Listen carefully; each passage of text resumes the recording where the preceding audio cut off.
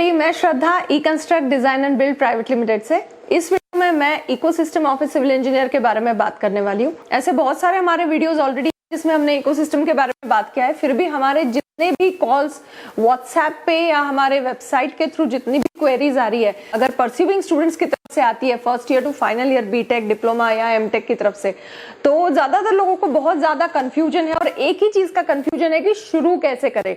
ये specifically video मैं उनके लिए बना रही हूँ कि जितने भी कॉल्स आते हैं, सारी क्वेरीज का जो एक बेसिक आंसर है वो एक्चुअली सेम है, और वो आंसर ये है कि अपने इकोसिस्टम को अच्छी तरीके से समझ लीजिए।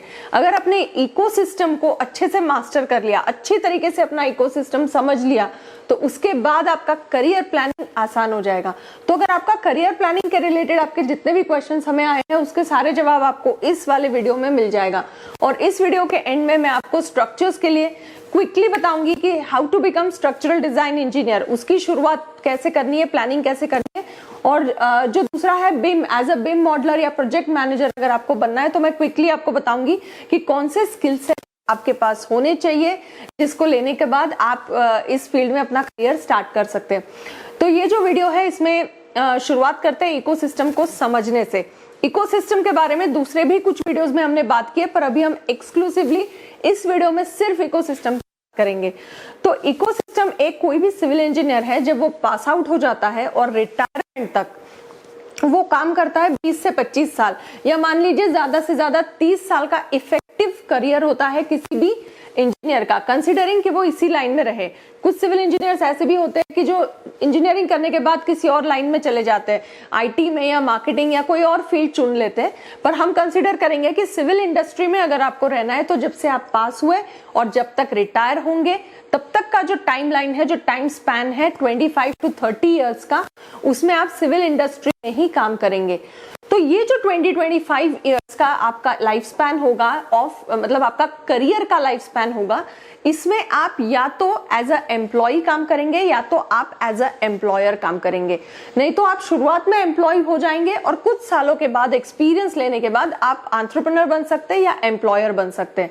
तो अब अगली चीज समझ लीजिए कि अगर आप सिविल इंजीनियरिंग कर रहे हैं या पास आउट हो चुके हैं, तो पासिंग आउट से रिटायरमेंट तक ये करियर आपका चलने वाला है 25 से 30 साल, जिसमें आप एज अ एम्प्लॉय या एज अ एम्प्लॉयर काम करेंगे। अब अगली चीज है कि कौन सी कंपनीज में आप काम करेंगे। 3 टाइप की कंपनीज है जो आपको जॉब दे सकती है, चाहे आप एम्प्लॉय हो या एम्प्लॉयर हो, दोनों ही सिचुएशंस में आपको चाहिए वर्क या जॉब या काम। तो आपको जो काम लेना है अपने क्लाइंट्स की तरफ से, वो किस टाइप की कंपनीज आपको देंगी। या तो स्टार्टअप कंपनी होगी, या ग्रोइंग कंपनी होगी, या वेल एस्टैब्लिश्ड एमएनसीज होंगी। ये 3 टाइप की कंपनीज है जिनके लिए आपको प्रिपेयर करना है। सपोज आप इंजीनियरिंग कर रहे हैं, डिप्लोमा, बीटेक, एमटेक, कुछ भी आप अगर कर रहे हैं अभी, तो आप जो कुछ भी सीख रहे हैं, वो सीखा हुआ सारा नॉलेज एक्चुअल में जाके इन टाइप की कंपनीज में कहीं ना कहीं, किसी ना किसी लेवल के ऊपर अप्लाई होने वाला है। तो ये सबसे पहली बात है जो आपको ध्यान में रखनी है कि आपका सीखा हुआ नॉलेज कहाँ एक्चुअली अप्लाई होगा। तो ये हो गया एक एस्पेक्ट। अब अगला एस्पेक्ट ये है कि आपके इकोसिस्टम में, अब ये जानते हैं इकोसिस्टम मतलब क्या है। इन जनरल इकोसिस्टम का मतलब क्या है? इकोसिस्टम कुछ भी नहीं है, it's just a community and there are many entities in this community. इस कम्युनिटी के अंदर जितने भी लोग हैं, सब एक दूसरे के ऊपर किसी न किसी वे में डिपेंडेंट है। तो इकोसिस्टम का मतलब यही है कि एंटिटीज जो एक दूसरे के ऊपर डिपेंडेंट है टू को एग्जिस्ट, क्योंकि सबको एग्जिस्ट करना है अपने अपने लेवल पे, और सबको अपने अपने लेवल पे काम करके एक दूसरे के साथ इंटीग्रेट करके एक दूसरे पे के ऊपर हम किसी न किसी वे में डिपेंड भी होते हैं, एक दूसरे से काम लेते हैं और देते हैं। और ये जो ट्रांजैक्शन है, ये जो इंटरैक्शन है, ये इंटरैक्शन जिन एंटिटीज के बीच में होता है, वो एंटिटीज फॉर्म करती है इकोसिस्टम। अब इन जनरल ये इकोसिस्टम, अगर हम सिविल इंजीनियर का इकोसिस्टम की बात करें, तो कौन सी एंटिटीज आती है इसके अंदर? सबसे पहली एंटिटी मैं बोल सकती हूँ, जो आपके 25-30 साल के करियर में जो लोग आपको काम देंगे, जॉब देंगे, वेदर यू आर एम्प्लॉय और एम्प्लॉयर डजंट मैटर, पर जो आपको काम देंगे वो लोग कौन है? तो इन एंटिटीज में, इन लोगों में सबसे पहला हो सकता है independent land owners. For example जिनकी खुद की जमीन है, ये आपके पापा हो सकते हैं, मम्मी हो सकते हैं, या आपके अड़ोसी पड़ोसी, रिलेटिव्स, फ्रेंड्स, कोई भी, anybody who has taken a small piece of land, small और big doesn't matter, anybody who has taken a small और बिग पीस ऑफ लैंड, और जिनको अपना घर बनाना है या कोई कमर्शियल बिल्डिंग कुछ भी कंस्ट्रक्ट करना है, वो आपके पोटेंशियल क्लाइंट हो सकते हैं। तो अब ये हो गया इंडिपेंडेंट लैंड ओनर। अब दूसरा एंटिटी जो इकोसिस्टम में है वो हो सकता है बिल्डर्स या डेवलपर्स। ये जो है ये आपको काम देंगे आपके करियर में। तीसरा है सिविल कॉन्ट्रैक्टर्स। सिविल कॉन्ट्रैक्टर्स से भी आपको काम मिल सकता है। फिर अगला आ जाता है आर्किटेक्ट्स। फिर उसके अगला मैं बोल सकती हूँ स्ट्रक्चरल डिजाइन कंसल्टेंट्स आपको दे सकते हैं। उसके बाद गवर्नमेंट एजेंसीज या इंटरनेशनल एजेंसीज। तो ये सारे वो लोग हैं जो आपको काम दे सकते हैं आपके 20, 25, 30 साल के करियर में। तो आपका जो भी करियर, आप जो भी प्लान कर रहे हो, आपको जो भी काम सीखना है, जो भी स्किल सीखना है, वो इन लोगों की रिक्वायरमेंट के हिसाब से सीखना पड़ेगा। क्योंकि इनकी रिक्वायरमेंट को अगर आप फुलफिल कर सकते हो तो आपका करियर कंप्लीट हो जाएगा। तो इसलिए करियर प्लानिंग में सबसे इंपॉर्टेंट चीज है कि अपनी एंटिटीज को समझिए, अपने इकोसिस्टम के लोगों को समझिए, इकोसिस्टम के एंटिटीज को समझकर उनकी क्या रिक्वायरमेंट है समझकर उस स्किल सेट को निखारना चालू कर दीजिए। तो उसके हिसाब से आपका करियर का आप प्लानिंग करेंगे तो आप अच्छी तरीके से सक्सेसफुल हो जाएंगे। अब अगली चीज है कि अब ये सारे लोग हैं, इसमें लास्ट में आप XYZ लिख लीजिए। अगर मैंने कोई चीज इसमें इंक्लूड करना मैं भूल गई हूं तो आप प्लीज नीचे कमेंट बॉक्सेस में लिख सकते हैं।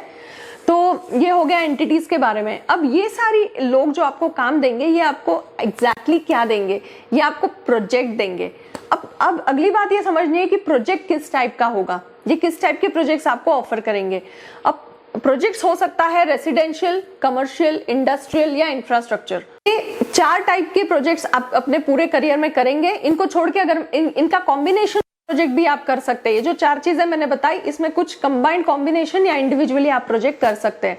अब अगली चीज ये आती है कि ये एंटिटी में जितने भी लोग हैं जो आपको काम देंगे, ये आपको प्रोजेक्ट देंगे। तो प्रोजेक्ट का लाइफ साइकिल आप समझिए। अगर आपको अपने करियर को प्लान करना है, कोई चीज सीखनी है, तो पूरे प्रोजेक्ट का एज अ होल आउटलाइन समझ लीजिए। सबसे पहले तो आउटलाइन क्या है, प्रोजेक्ट का लाइफ साइकिल क्या है। अगर आपने life cycle of a project समझ लिया तो आपका जो प्लानिंग है, career planning step by step way में, वो बहुत आसान हो जाएगा। अभी life cycle of a project क्या है, टाइप ऑफ प्रोजेक्ट्स तो हमने जान लिए कि हो सकता है रेसिडेंशियल, कमर्शियल, इंडस्ट्रियल, इंफ्रास्ट्रक्चर, पर इन सारे प्रोजेक्ट्स में एक पर्टिकुलर लेवल होता है। इसमें हम इन डेप्थ बात नहीं कर रहे, इस पूरे वीडियो में मैं आपको सिर्फ एक आउटलाइन दे रही हूँ। तो प्रोजेक्ट का जो लाइफ साइकिल होता है ये बेसिकली या 3 पार्ट्स में हम बोल सकते हैं कि डिवाइड होता है। कोई भी प्रोजेक्ट जब शुरू होता है किसी भी कंपनी में, क्लाइंट के बीच में और कंपनी और क्लाइंट के बीच में जब प्रोजेक्ट शुरू होता है तो पहला फेज हो सकता है कॉन्ट्रैक्ट्स मैनेजमेंट, दूसरा होता है डिजाइन कंसल्टेंसी फेज और तीसरा होता है एग्जीक्यूशन या कंस्ट्रक्शन फेज। मेजरली ये 3 फेजेस में कोई भी प्रोजेक्ट डिवाइड होता है। क्योंकि जो पहला फेज है कॉन्ट्रैक्ट्स मैनेजमेंट, इसमें 2 पार्टीज के बीच में कॉन्ट्रैक्ट साइन होता है और टर्म्स एंड कंडीशंस फिक्स हो जाती है, तो ये लीगल बाइंडिंग भी होता है। तो ये एक कॉन्ट्रैक्ट्स मैनेजमेंट का एक फेज होता है जो बहुत इंपॉर्टेंट होता है। एक बार वो कॉन्ट्रैक्ट साइन हो गया, एक बार सारे terms and conditions and specifications और रिक्वायरमेंट फ्रीज हो गए, उसके बाद में नेक्स्ट फेज आता है डिजाइनिंग का। अब डिजाइनिंग के फेज में हम लोग क्या करते हैं, जैसे आर्किटेक्चरल ड्राइंग बना लिया रिक्वायरमेंट देखकर, उसके बाद electrical drawing, plumbing drawing, 3D view बनाया, उसके बाद स्ट्रक्चरल एनालिसिस एंड डिजाइन, सब स्ट्रक्चर, सुपर स्ट्रक्चर का डिजाइन इस फेज में, स्ट्रक्चर्स के फेज में हो जाता है। तो ये एक सेकंड फेज हो गया। और जो तीसरा फेज है वो है एग्जीक्यूशन, प्रोजेक्ट मैनेजमेंट, तो ये हो गया तीसरा फेज। तो ये 3 फेजेस है। अभी के लिए will majorly concentrate on design and execution. तो अभी के लिए हम कॉन्ट्रैक्ट्स मैनेजमेंट फेज के बारे में ज्यादा बात नहीं करेंगे, पर हम ऐसा समझेंगे कि प्रोजेक्ट के लाइफ साइकिल में जो टेक्निकल मेजर फेजेस है वो है डिजाइन एंड एग्जीक्यूशन। अब डिजाइनिंग के अंडर बहुत सारे, जैसे मैंने ऑलरेडी आपको बता दिया, आर्किटेक्चरल, स्ट्रक्चरल, कंसल्टेंसी का पूरा काम होता है। एक बार ये डिजाइन्स कंप्लीट हो गए, प्लान सैंक्शन हो गया, फिर उसके बाद एग्जीक्यूशन का काम स्टार्ट हो जाता है। तो ये है प्रोजेक्ट का पूरा लाइफ साइकिल। अब अगर आपने इस प्रोजेक्ट लाइफ साइकिल को अच्छी तरीके से समझ लिया तो ये भी समझ जाएंगे कि आपका कप ऑफ टी क्या है, आपको किस चीज में इंटरेस्ट है। अब अलग अलग डिपार्टमेंट्स होते हैं, जैसे सिविल कंपनीज में ड्राफ्टिंग, आर्किटेक्चरल डिपार्टमेंट या बिम मॉडलिंग का डिपार्टमेंट, स्ट्रक्चरल डिजाइन इंजीनियर्स का एक डिपार्टमेंट होता है, प्रोजेक्ट मैनेजमेंट का एक डिपार्टमेंट होता है। ये सारे अलग अलग डिपार्टमेंट्स है। तो हर डिपार्टमेंट में कौन से स्किल सेट्स की आवश्यकता है ये आप जानकर अगर प्लानिंग शुरू कर देंगे और उस हिसाब से प्रिपरेशन शुरू कर देंगे, अगर आप फ्रेशर है तो स्टेप बाय स्टेप में प्लान करके आप 1 या 2 साल में एक्सपर्ट लेवल पे भी आ सकते हैं। बस इसके लिए चाहिए आपको प्रॉपर प्लानिंग और क्लैरिटी कि आपको किस फील्ड में काम करना है। अब अगला क्वेश्चन ये आता है कि क्या कोई भी सिविल इंजीनियर हर एक प्रोजेक्ट की पूरी लाइफ साइकिल में इन्वॉल्व होगा? तो आंसर है नो। आप एक साथ सारे प्रोजेक्ट लाइफ साइकिल में तो काम नहीं करेंगे, पर आप किसी एक पर्टिकुलर फेज में, एक पर्टिकुलर सब फील्ड में, किसी पर्टिकुलर डिपार्टमेंट में जरूर काम करेंगे। और जैसे जैसे आपका एक्सपीरियंस बढ़ेगा तो हो सकता है कि आप बहुत सारे डिपार्टमेंट संभाल रहे हो, आप 2-3 अलग डिपार्टमेंट्स के हेड हो सकते हो जो सारे डिपार्टमेंट को मैनेज करते हो, जिसमें टेक्नो मैनेजमेंट रोल कहा जा सकता है। आपको जो स्किल सेट एक्वायर करने हैं वो 1 एट अ टाइम करना है। आप ये मत समझिए कि खिचड़ी हो गई, इतना बड़ा लाइफ साइकिल है, मेरे को सारा सीखना है, ऐसा नहीं है। आपको 1 एट अ टाइम सीखना है। अगर आप फ्रेशर है तो आप शुरू कर सकते हैं कि बेसिक छोटे छोटे प्रोजेक्ट से आप शुरू कीजिए पहले, और फिर धीरे धीरे आपको नैक आ जाएगा और बड़े बड़े प्रोजेक्ट्स भी आप कर पाएंगे। पर शुरुआत में आप जैसे ऑटोकैड सीख सकते हैं, उसके साथ रेविट सीख सकते हैं, उसके बाद स्ट्रक्चर्स में आप ईटैब्स और सेफ ये सॉफ्टवेयर सीख सकते हैं, या फिर स्टैट अगर आप सीख रहे हैं तो स्टैट प्रो के साथ स्टैट फाउंडेशन सीख सकते हैं। अब मैं आपको बताती हूँ कि स्ट्रक्चरल डिजाइन इंजीनियर बनने के लिए आपको 4 पैरामीटर्स के ऊपर मेजरली काम करना होगा, और इनके ऊपर काम करने के बाद आप सक्सेसफुली स्ट्रक्चरल डिजाइन इंजीनियर बन सकते हैं। इसी के साथ आपको थोड़ा सा इंटर्नशिप्स या ऑन द जॉब ट्रेनिंग लगेगा, जो किसी भी इंडस्ट्री एक्सपर्ट के अंडर अगर आप थोड़े महीनों के लिए काम करेंगे तो सारे काम को आप समझ जाएंगे। एंड ट्रस्ट में इन चीजों को सीखने के लिए आपको सालों साल नहीं लगते। अगर आप 6 months to 1 year effectively consistently effort देंगे और इस स्टेप बाय स्टेप वे में करेक्ट चीजों को करेक्ट डायरेक्शन में सीखेंगे तो आप एक successful structural design engineer easily बन सकते हैं। तो अब जानते हैं कि वो क्या है 4 पैरामीटर्स। स्ट्रक्चरल डिजाइन इंजीनियर बनने के लिए सबसे पहला पैरामीटर हम बोलते हैं structural engineering fundamental based knowledge, दूसरा है कोड बेस्ड नॉलेज, और तीसरा है सॉफ्टवेयर बेस्ड नॉलेज, और चौथा है टाइप ऑफ प्रोजेक्ट्स।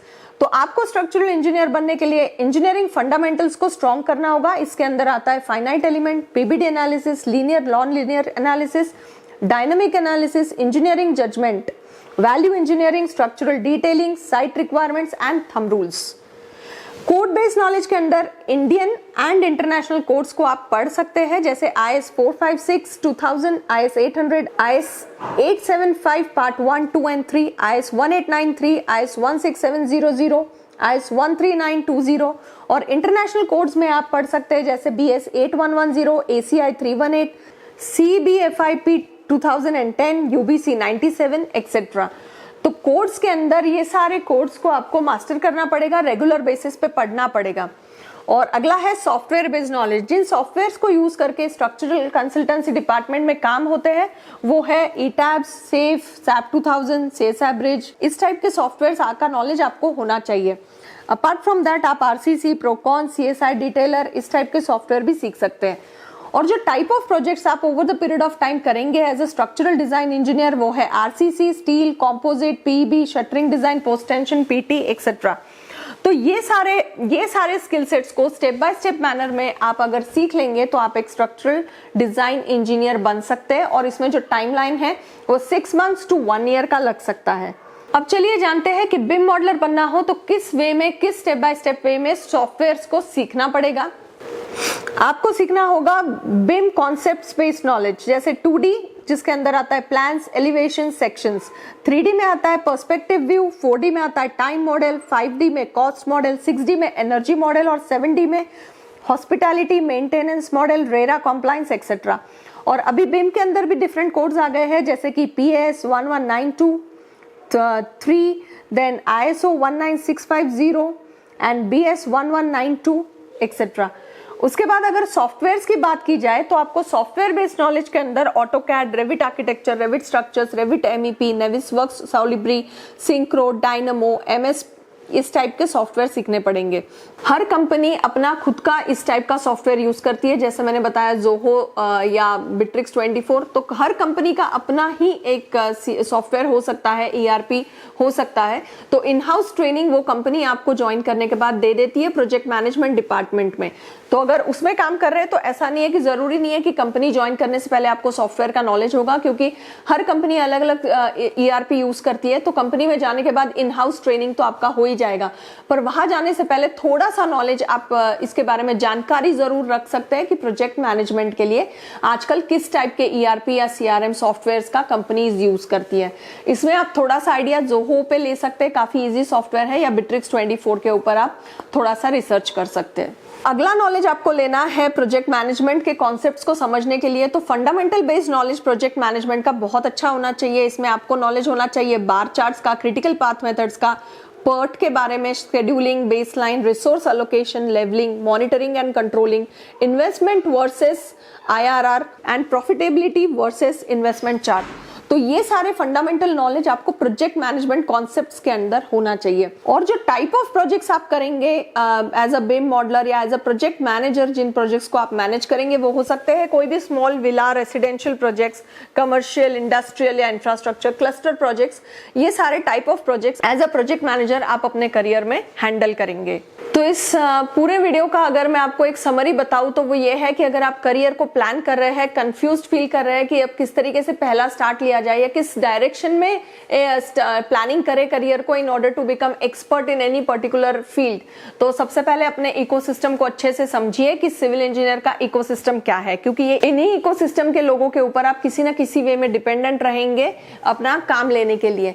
तो अपने इकोसिस्टम को अच्छे से समझ लीजिए और अपना कप ऑफ टी आइडेंटिफाई कीजिए कि where do you fit into this whole life cycle और into this whole ecosystem, what is your area of interest. इसको आइडेंटिफाई करना आना चाहिए। अगर आपको आइडेंटिफाई करने में प्रॉब्लम हो रहा है तो आप हमें कभी भी हमारे व्हाट्सएप नंबर्स पे फोन कर सकते हैं और हमसे काउंसलिंग ले सकते हैं। अपना रेज्यूम आप हमारे व्हाट्सएप नंबर 9036744017 पे भेज कर सिर्फ व्हाट्सएप कर दीजिए और फिर 24 आवर्स टू 48 आवर्स में हम आपको आपके रेज्यूम, आपके स्किल सेट्स के ऊपर फीडबैक भी दे सकते हैं कि इसमें आपका क्या इंप्रेशन पड़ रहा है आपके रेज्यूम को देखकर, कौन से स्किल सेट्स दिख के आ रहे हैं, कौन से स्किल सेट्स और होने चाहिए आप जिस जॉब पोजीशन के लिए अप्लाई कर रहे हैं, ये हम आपको बता सकते हैं। तो आप प्लीज हमारे नंबर्स के ऊपर अपने रेज्यूम को जरूर भेजिए और हमारी टेक्निकल टीम आपका रेज्यूम देखकर उसका क्या इंप्रेशन पड़ता है इसके बारे में आपको करियर काउंसलिंग 1-to-1 फोन के ऊपर या चैट के ऊपर जरूर देगी। मैं आशा करती हूँ कि इस कोविड-19 टाइम में आप सब लोग अच्छे तरीके से अपना प्रिपरेशन कर रहे हैं और all the very best to all of you. अगर आपको कोई भी क्वेरीज है तो प्लीज व्हाट्सएप कीजिए। अगर आपको हमारे वीडियोस अच्छे लगते हैं तो please like, share and subscribe. अगर आप हमें किसी पर्टिकुलर टॉपिक पे आप चाहते हैं कि हम वीडियो बनाएं, कोई टेक्निकल टॉपिक भी है, तो इस वीडियो के कमेंट बॉक्स में आप लिखकर बताइए कि कौन से टेक्निकल टॉपिक के ऊपर आपको वीडियो चाहिए। अगर आपका टॉपिक के ऊपर हम वीडियो बना सकते हैं तो हमारी टेक्निकल टीम इसके ऊपर जरूर वीडियो बनाकर डालेगी। तो आप आपके सजेशंस कि आपको कौन सा टॉपिक चाहिए वो भी यहाँ पे डाल दीजिए। करियर रिलेटेड क्वेरीज हो तो प्लीज कमेंट बॉक्स की बजाय आप डायरेक्टली व्हाट्सएप पे चैट कर लीजिए हमारे साथ या कॉल कर लीजिए।